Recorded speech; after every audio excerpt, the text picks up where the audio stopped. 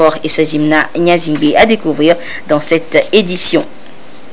Et puis, coup de sifflet final pour les luttes et valas en pays Kabylie ce samedi pour cette année 2018. Le chef de l'État, Fort Nyazingbe, présent dans la causa depuis le début de ces rites, a assisté aux dernières empoignades dans les cantons de Somdina, Lassa et Tchare. Voilà pour les titres. Une fois encore, bonsoir. Lancé le 25 juin dernier, le MIFA, mécanisme incitatif de financement agricole, vient d'obtenir un premier crédit pour le groupement de producteurs de riz de Tanyamboul dans la préfecture de Dangpen. Le chèque a été remis aux responsables du groupement lors d'une cérémonie présidée par le président de la République, Fort et Sozimna Nyazingbe. D'abord, nous vous proposons les images de l'arrivée du chef de l'État sur place.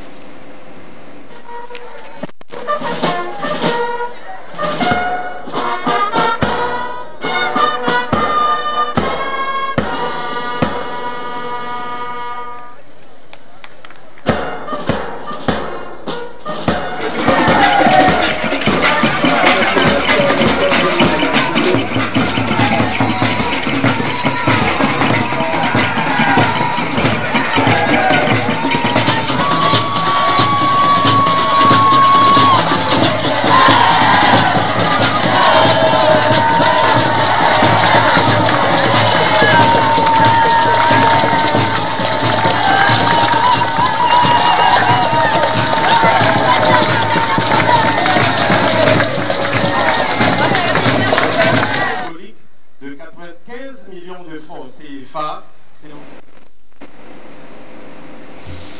95 millions de francs CFA. C'est le montant de ce tout premier crédit qui va au groupement de producteurs de riz de Tanyamboul. Un geste de la SOGEMEF, Société Générale de Micro et Mésofinance, pour accroître ainsi la production risicole dans la localité. Les précisions avec Chazen Baga. Une rizière à perte de vue, 300 hectares plus exactement. Le président de la République, Fort et Sozimna Nyazingbe, foule ici la zone d'aménagement agricole planifiée de Tanyamboul dans la préfecture de Dangpen. Plus de 100 exploitants agricoles, dont 27 femmes de 7 villages environnants, y travaillent chaque année.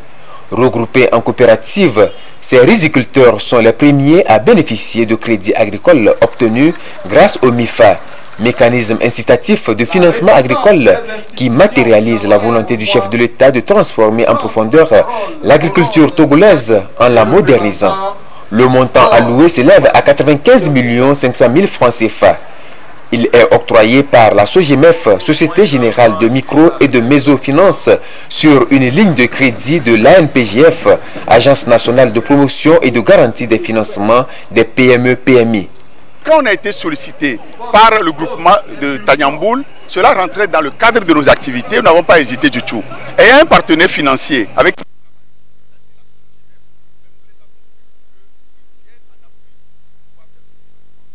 Ce crédit va servir à financer l'achat de 90 tonnes d'engrais, 1,5 tonnes de semences, 300 litres d'herbicides et diverses prestations de services. Il s'agit d'un investissement indispensable pour accroître les performances du groupement. Ce financement va nous servir à pouvoir labourer nos champs, à pouvoir faire les semis et à pouvoir mettre des engrais et donner un bon rendement. Nous remercions le chef de l'État pour tous ses efforts. Signalons que c'est juste après le lancement qu'ils ont été incités à se lancer parce que le mécanisme a garanti les débouchés pour leurs produits à travers la convention que le MIFA a signée avec les ESOP et la convention que le MIFA a signée aussi avec la brasserie. Ce qui a rassuré les producteurs qu'ils auront les ressources pour produire et qu'ils vont pouvoir écouler effectivement leur production et rembourser le crédit qu'ils contractent avec l'institution de financement. Outre le financement, le groupement de producteurs de riz de Tanyamboul a souscrit à des polices d'assurance avec les agences Sunu Assurance et GTA Cedesa. Nous offrons principalement 3 produits. Il y a l'assurance qu'on appelle individuel accident, qui couvre un capital décès un capital invalidité et des frais médicaux. L'assurance santé, qui est le deuxième produit, et qui couvre les frais de santé des agriculteurs, et l'assurance aussi contre la sécheresse qui va être mise en place bientôt, couvre les dommages contre la sécheresse. Avec le MIFA, le Togo est sur le point de passer d'une agriculture de subsistance à une agriculture de marché qui crée des emplois et de la richesse. Le producteur devient un professionnel avec une orientation business. Voilà pourquoi le ministre de l'Agriculture a salué cette vision novatrice du chef de l'État en faveur du monde rural. C'est pour permettre au secteur agricole de jouer véritablement son rôle de moteur de l'économie nationale que vous avez, Excellence, Monsieur le Président de la République, engagé de profondes mutations du secteur avec l'élaboration et l'adoption par le gouvernement sous vos orientations du programme national de développement qui retient en son axe 2 la transformation des produits agricoles à travers la mise en place des agropoles sur l'ensemble du territoire national.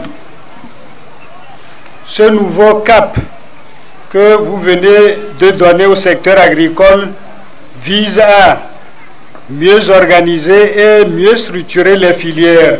L'autre temps fort de cette cérémonie est la remise des motos aux conseillers d'exploitation agricole de Tanyamboul. Elles vont leur servir dans leur déplacement dans le processus d'identification des bénéficiaires sur les 7 sites pilotes du MIFA. Pour le moment, 3 filières sont concernées par le MIFA. Il s'agit des filières maïs, manioc et riz. Et le riz, mais également d'autres productions locales ont été exposées à la foire de Kara organisée durant les luttes Evala. Et à ce rendez-vous, le ministère de l'Agriculture justement a eu une journée particulière pour permettre aux producteurs surtout de découvrir les dispositifs mis en place par le gouvernement à leur bénéfice. Le compte rendu avec la marque Bojona. Journée du ministère de l'Agriculture, de l'Élevage et de la Pêche à la foire Evala 2018.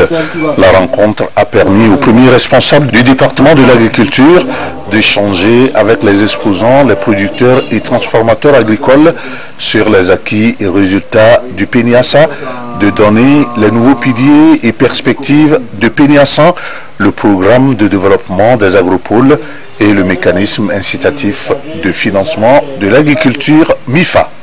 Nous avons discuté des agropoles et Acropac qui sera mis au niveau de Bourkou. Et partant de ça, on a parlé des PNIASA, des PADAT, des PADAT, des projets financiers et avec le MIFA.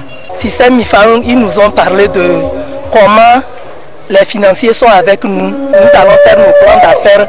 C'est à base de ces plans d'affaires qu'on va nous appuyer. La rencontre d'aujourd'hui nous a permis à découvrir beaucoup de choses. Par exemple, on a parlé de la chaîne de valeur. L'ambassadeur d'Égypte au Togo, présent à cette rencontre, a fait un bref exposé sur la ferme agricole moderne égypto-togolaise d'Abatian Fameta, une ferme mise en œuvre dans le cadre de la coopération Sud-Sud. C'était inauguré en novembre 2017 et depuis ça nous avons travaillé et maintenant nous sommes très fiers de dire que les résultats ils sont commencés et nous avons ici des semences de blé, le blé égyptien, le blé togolais. Nous avons aussi des semences de maïs égyptien, maïs togolais et le travail va continuer, mais juste c'est pour partager cette information. Le ministre de l'Agriculture, de l'Élevage et de la Pêche a, au cours de cette rencontre, attiré l'attention des producteurs sur les agropoles et le MIFA. Pour l'année 2017, le secteur agricole n'a bénéficié que de 0,2% des crédits mobilisés par toutes les banques nationales. Mais malgré ce faible taux de financement, le secteur agricole a contribué à environ à 40% à la formation du PIB national. C'est énorme. Le secteur agricole s'appuie sur les moyens que mobilise le gouvernement seul et génère de tels résultats. Je crois qu'il va falloir travailler de façon à intéresser les banques de la place. Et c'est ce que le chef de l'État a fait en créant le tout dernier outil attendu dans le secteur pour véritablement relancer la machine de production agricole. Donc c'est déjà un acquis, mais comment faire en sorte d'abord à ce que les paysans se l'approprient, ce mécanisme, ça a été partagé lors des débats, et comment surtout faire en sorte à mieux structurer le secteur agricole et à travers les coopératives pour finir par aboutir à l'organisation des sociétés d'entreprises agricoles. Le mécanisme incitatif de financement de l'agriculture ambitionne de fédérer tous les acteurs de la chaîne de valeur agricole, leur fournir une assistance technique en vue d'assurer l'industrialisation de l'agriculture. Et parlant des produits du terroir, l'Agence nationale pour la sécurité alimentaire du Togo, ANSAT, a acheté des tonnes de maïs ce vendredi dans le canton d'Asrama et à Notché. L'achat est évalué à 6 400 000 francs CFA et c'est un offre de soulagement pour les producteurs, en particulier ceux du canton d'Asrama qui ont reçu pour la première fois la visite de la délégation de l'ANSAT dans leur localité. Dodo Wari. 40 tonnes de maïs acquises pour accroître le stock sécuritaire de l'État. Les paysans de Gbaolé, dans le canton d'Asrama, et ceux de Notien, mobilisés pour la vente de leur maïs à l'ANSAT, Agence nationale pour la sécurité alimentaire du Togo. C'est la campagne d'achat des céréales de l'année 2018 qui se poursuit ici dans le Haro. Une opération qui vient en appui aux producteurs dans l'écoulement des stocks excédentaires. La céréale est bien, c'est propre. Il n'y a même pas de prédateurs, la qualité est bonne. Il y a une seule personne qui a fait jusqu'à 20 tonnes. Donc, ce qui veut dire que dans le canton, il y a de braves producteurs. Les bonnes femmes, quand elles viennent pour acheter, elles utilisent des bols de 3 ou 4 kilos pour acheter. Et à un prix très bas qui n'arrange pas les producteurs. Or, l'ANSAT achète au kilo. Donc, le prix de l'ANSAT est favorable aux producteurs.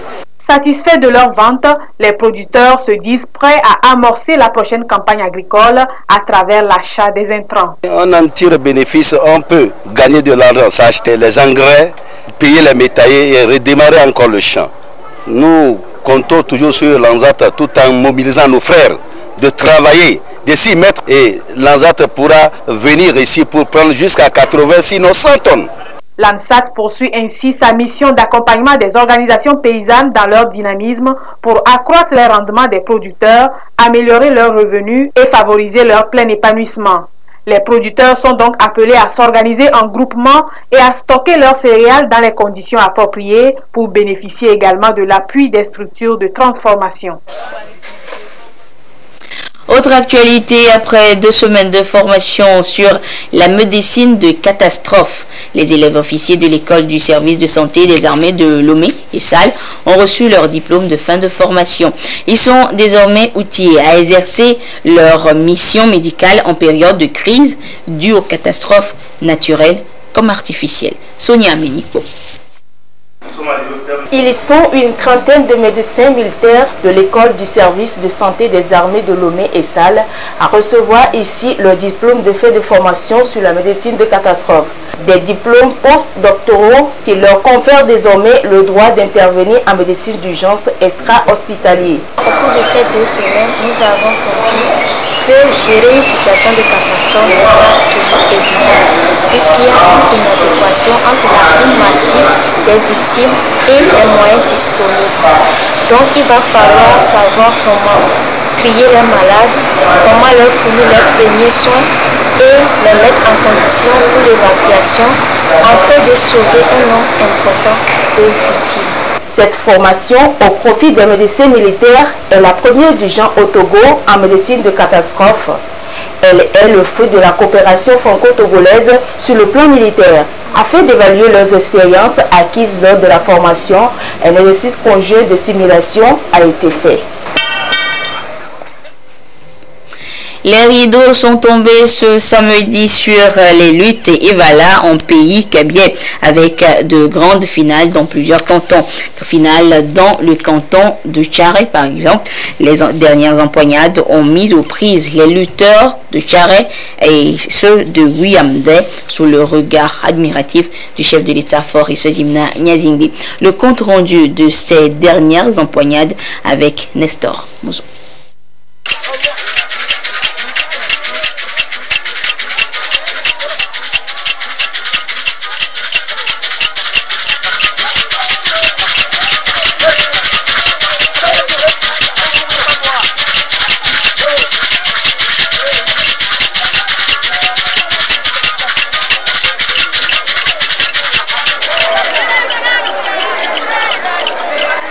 Le premier pôle d'attraction de ce dernier jour de lutte est le terrain du centre médico-social de Tchare. Tchare et Wiamde sont les deux villages qui composent le canton de Tchare, les Evala de Tchare en rouge et ceux de Wiamde en blanc.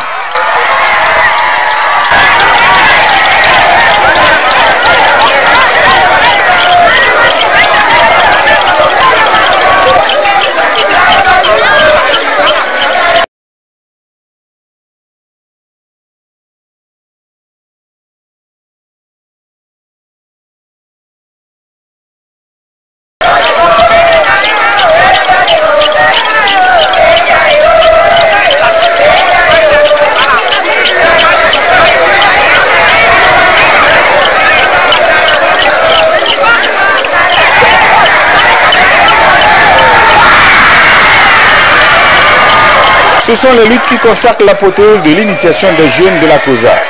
Les différents rites de cette initiation constituent une école de vie qui fait des jeunes kabyais des modèles dans la communauté. Le respect de la hiérarchie, l'humilité, la solidarité, le courage et le don de soi au profit de la communauté. Ce sont les valeurs parmi tant d'autres qui leur sont apprises.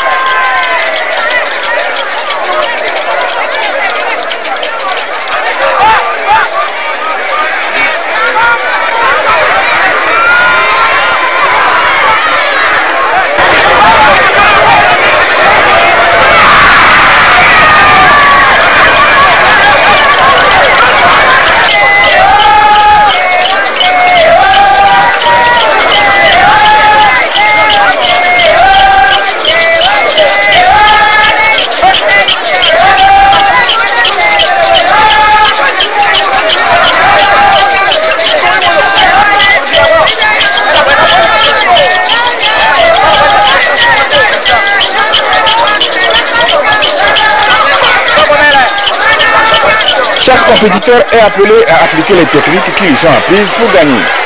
Les empoignades à Tchare ont été chaudes et à la fin, c'est Wiamde qui a emporté la victoire sur Tchare par 16 points à 12.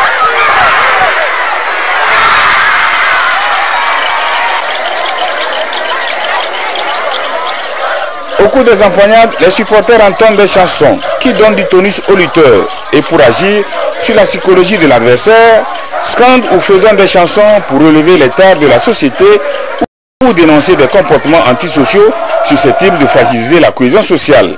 De telles prestations lors des Evara remontent aux temps immémoriaux.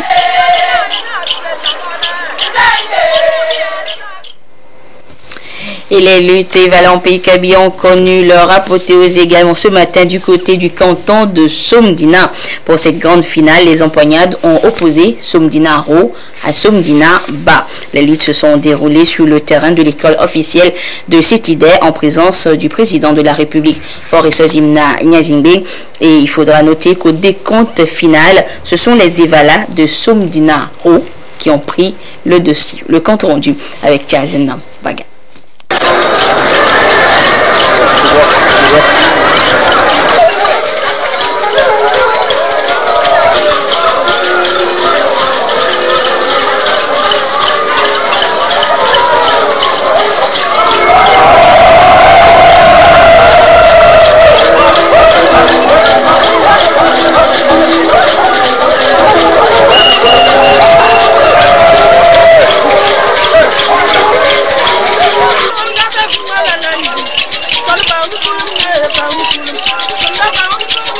finale dans le canton de Soumdina a mis aux prises les lutteurs de Soumdina Haut en vert à ceux de Soumdina Bas en blanc.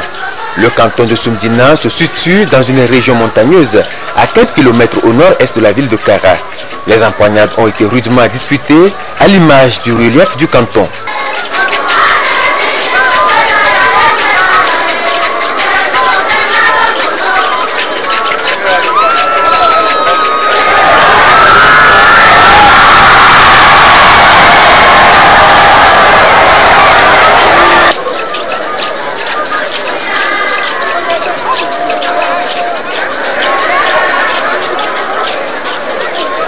Outre les épreuves de lutte, où il est appelé à démontrer sa force et son endurance, le lutteur doit démontrer aussi qu'il est un homme exemplaire dans la société, respectueux des aînés et des coutumes, un patriote prêt à défendre sa communauté et sa nation si les circonstances l'exigent.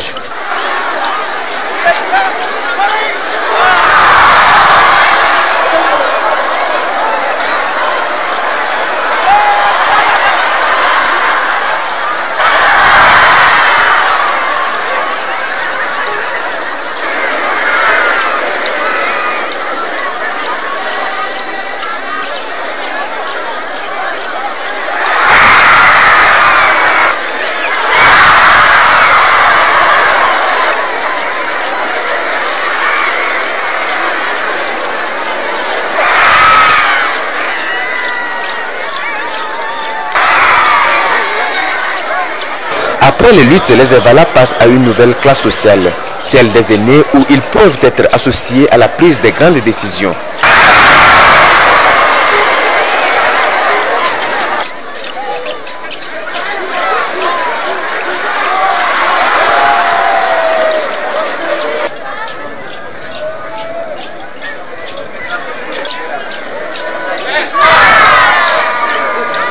Au décompte final, les lutteurs de Soumdina Haut ont été les meilleurs.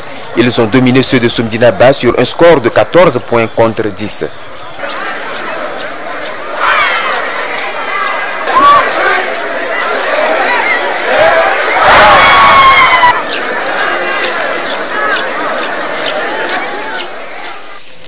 Et le président de la République a également assisté aux dernières empoignades du côté du canton de Lassa. Et pour cette finale, Lassa Bas était face à Lassaro, une rencontre donc remportée par les lutteurs de Lassaro sur un score de 23 points contre 22. Nous vous proposerons dans le courant de cette édition les temps forts de cette finale des luttes Evala dans le canton de Lassa. Ce 14 juillet, la France est en fête. Les Français célèbrent la fête nationale de leur pays et à Lomé, la tradition a été respectée à la résidence de l'ambassadeur de France au Togo. Le compte rendu avec Yves Aguivivi.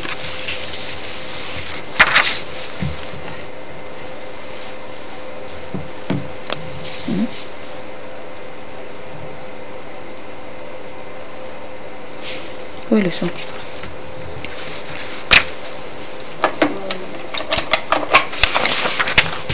On entend quoi? Deuxième étape, Tchévi à Takpamé.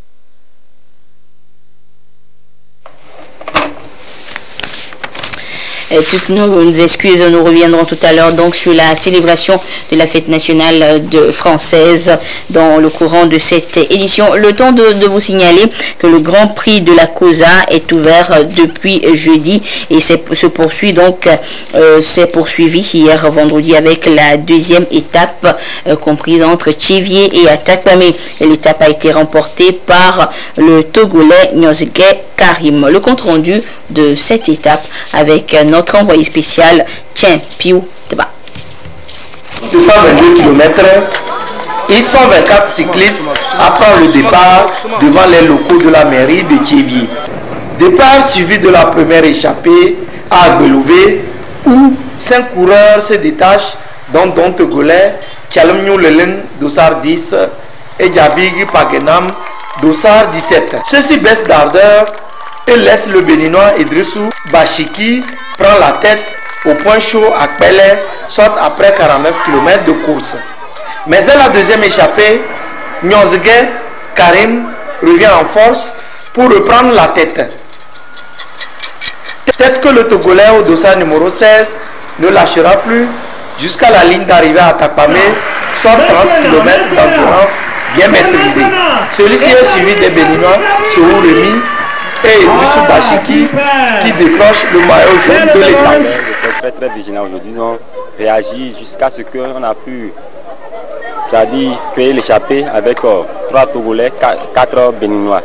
Donc dans l'échappée on venait, on s'est dit bon, il faut qu'on élimine quelques Togolais aussi. Donc on a essayé avec l'attaque d'un Togolais. De là on a pris notre stratégie, on a envoyé 2 personnes pour aller avec le Togolais. Donc de là on a conservé les cas jusqu'à l'arrivée. Et voilà, le Togolais il était vraiment fort, il a remporté l'étape. Cette première place, c'est que hier nous avons un peu de manque. Cette fois-ci, on avait décidé de les attaquer, c'est-à-dire de les empêcher pour ne pas continuer. C'est la raison pour laquelle on s'était un peu enfoncé, c'est-à-dire un peu d'effort pour pouvoir remporter. L'ombre bienfaisante du sponsor officiel Dodo Cosmétique a encore plané à cette deuxième étape. Dodo Cosmétique a su apporter la touche qu'il faut. Parce que passer d'une compétition nationale à une compétition internationale, je pense qu'il faut quand même, il faut Dodo Cosmétique pour le faire. Et c'est grâce à nous qu'on peut constater cela, avec aussi la détermination de la fédération qui a fait le nécessaire pour qu'on puisse encore voir cette compétition de cette année. Comme à l'issue de l'étape numéro 1, cette deuxième a pris fin par la cérémonie de remise de maillot. Le jaune est allé au Béninois Idrissou Bachiki, tandis que le Togolais Nyozgue Karim, vainqueur de l'étape, s'en va avec les maillots Dodo Cosmétique de l'élégance et Nissan de la plus longue échappée. Et on revient une fois encore à l'actualité culturelle, les luttes Evala en pays kabyle qui ont connu donc leur apothéose dans plusieurs cantons ce samedi, dont celui de Lassa. Lassaba était face à Lassaro pour ces dernières empoignades devant le chef de l'État fort et Sezimna Nyazingbe. Le compte rendu avec Chazanam Baga.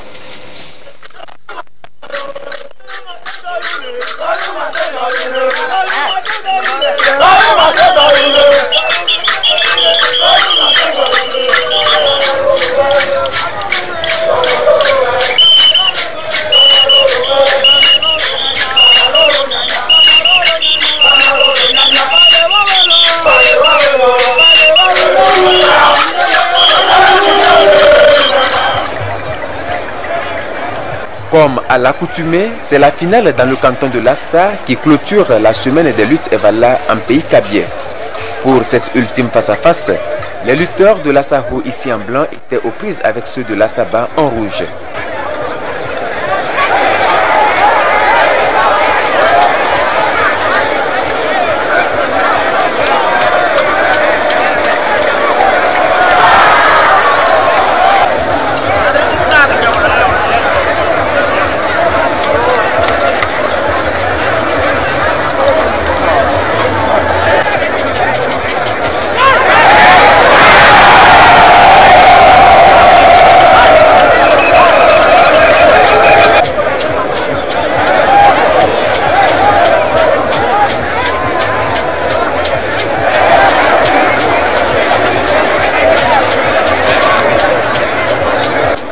Faut-il le rappeler, Evala est un rite initiatique. Comme tel, les initiés doivent respecter un certain nombre de préceptes pendant la durée de l'initiation. Ils observent l'abstinence et consomment la viande de chien. Selon la tradition, les lutteurs tirent de ce canidé des vertus comme la force, l'endurance et l'agilité dont ils font preuve lors des empoignades.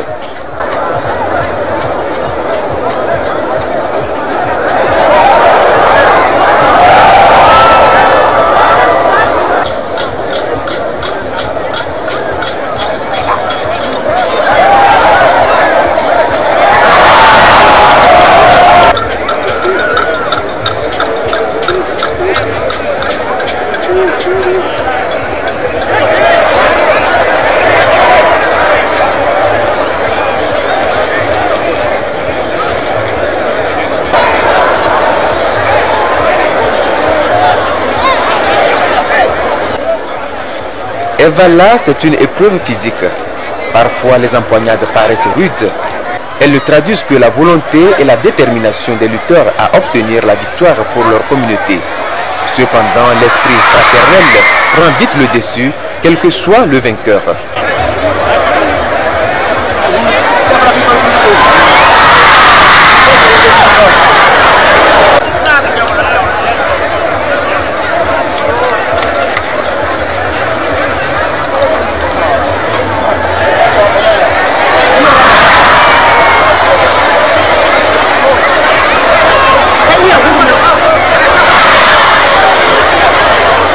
À la fin des empoignades, ce sont les lutteurs de l'Assaro qui ont été les vainqueurs. Ils ont pris le dessus sur ceux de l'Assaba sur un score serré de 23 points contre 22.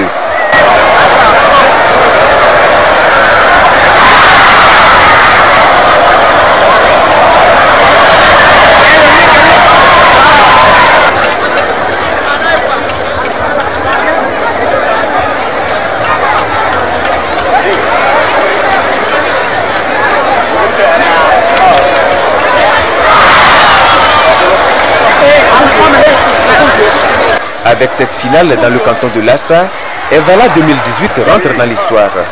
Elle aura créé une nouvelle classe d'âge avec ses membres qui se connaissent, se respectent, s'entraident dans la vie, appelés à contribuer au développement de leur localité et partant de tout le pays.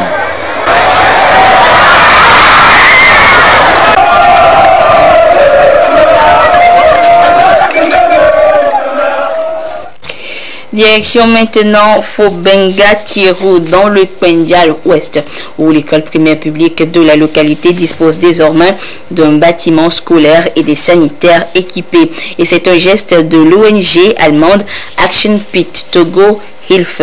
Et la réception du bâtiment s'est déroulée cette semaine en présence de l'ambassadeur d'Allemagne au Togo. Le compte rendu sur place avec la correspondance de Désiré Aloy.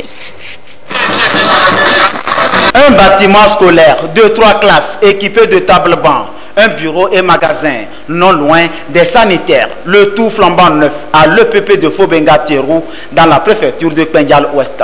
Résultat d'une étude prospective de l'ambassade d'Allemagne au Togo. L'œuvre est à mettre à l'actif de l'ONG Action Pit Togo Hilfe. 6 mois après la pose de la première pierre, le résultat est donc concret, fruit de la coopération germano-togolaise apprécié par les populations. D'abord, nos premiers remerciements vont au chef de l'État, qui, dans sa politique, tend à approcher l'éduqué de l'éducateur. Et donc, il met tout en œuvre par la coopération pour qu'il y ait des infrastructures. Notamment, nos remerciements vont aussi à l'ambassadeur. Le projet comme prévu, c'est ce que je trouvais ici à Fobenga avec le député Dr Barice. Et donc je suis vraiment très contente. Aussi la rapidité, ça n'a pas traîné. On a vraiment vite réalisé la construction pour qu'à la rentrée, les élèves déjà puissent en profiter. Le premier essai était bon, donc il n'y a aucune raison d'abandonner. On va voir les prochains pas qu'on peut faire ensemble. Le projet, initié par l'honorable Étienne Bariquet, 4e vice-président de l'Assemblée nationale, est un besoin pressant pour les populations à la base. Aujourd'hui, c'est un jour de satisfaction pour moi, pour 2 raisons. La première, c'est l'occasion d'offrir ce joyau à cette population de Fobenga Tirou, une population très laborieuse.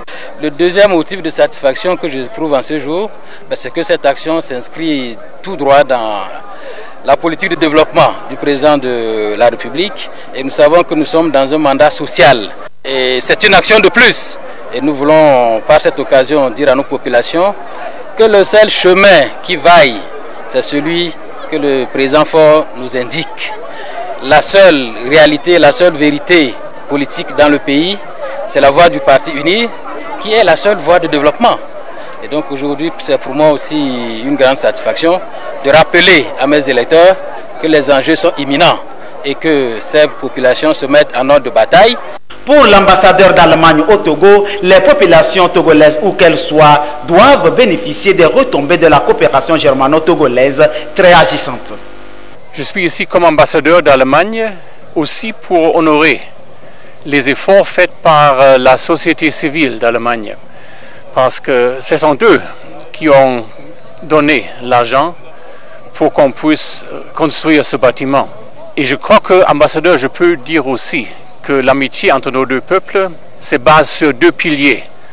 La coopération entre les deux États, gouvernement, mais aussi sur l'amitié entre les deux peuples représentés par les deux sociétés civiles. Et on fait ça ici, à Fobenga, un peu comme symbole pour l'amitié entre les deux peuples, et j'espère qu'on va construire beaucoup plus. Les difficultés ressenties ici à l'EPP de Fobenga-Tierou par les élèves, le corps enseignant et les parents d'élèves sont désormais un souvenir, un sourire retrouvé, renforcé grâce à l'honorable Étienne Baritier de l'UNIR, initiateur du projet pour contribuer à sortir les populations de l'état de pauvreté. Un plan d'action pour soutenir le chef de l'État dans ses œuvres sociales et répondre à l'objectif du développement durable ODD. Aux parents donc d'envoyer tous les enfants, filles et garçons à l'école. Et du côté de Bafilo, les travaux de construction du nouveau marché préfectoral sont presque terminés. Un projet qui se réalise sur instruction du chef de l'État, Faure Eswazimna Nyasimbe.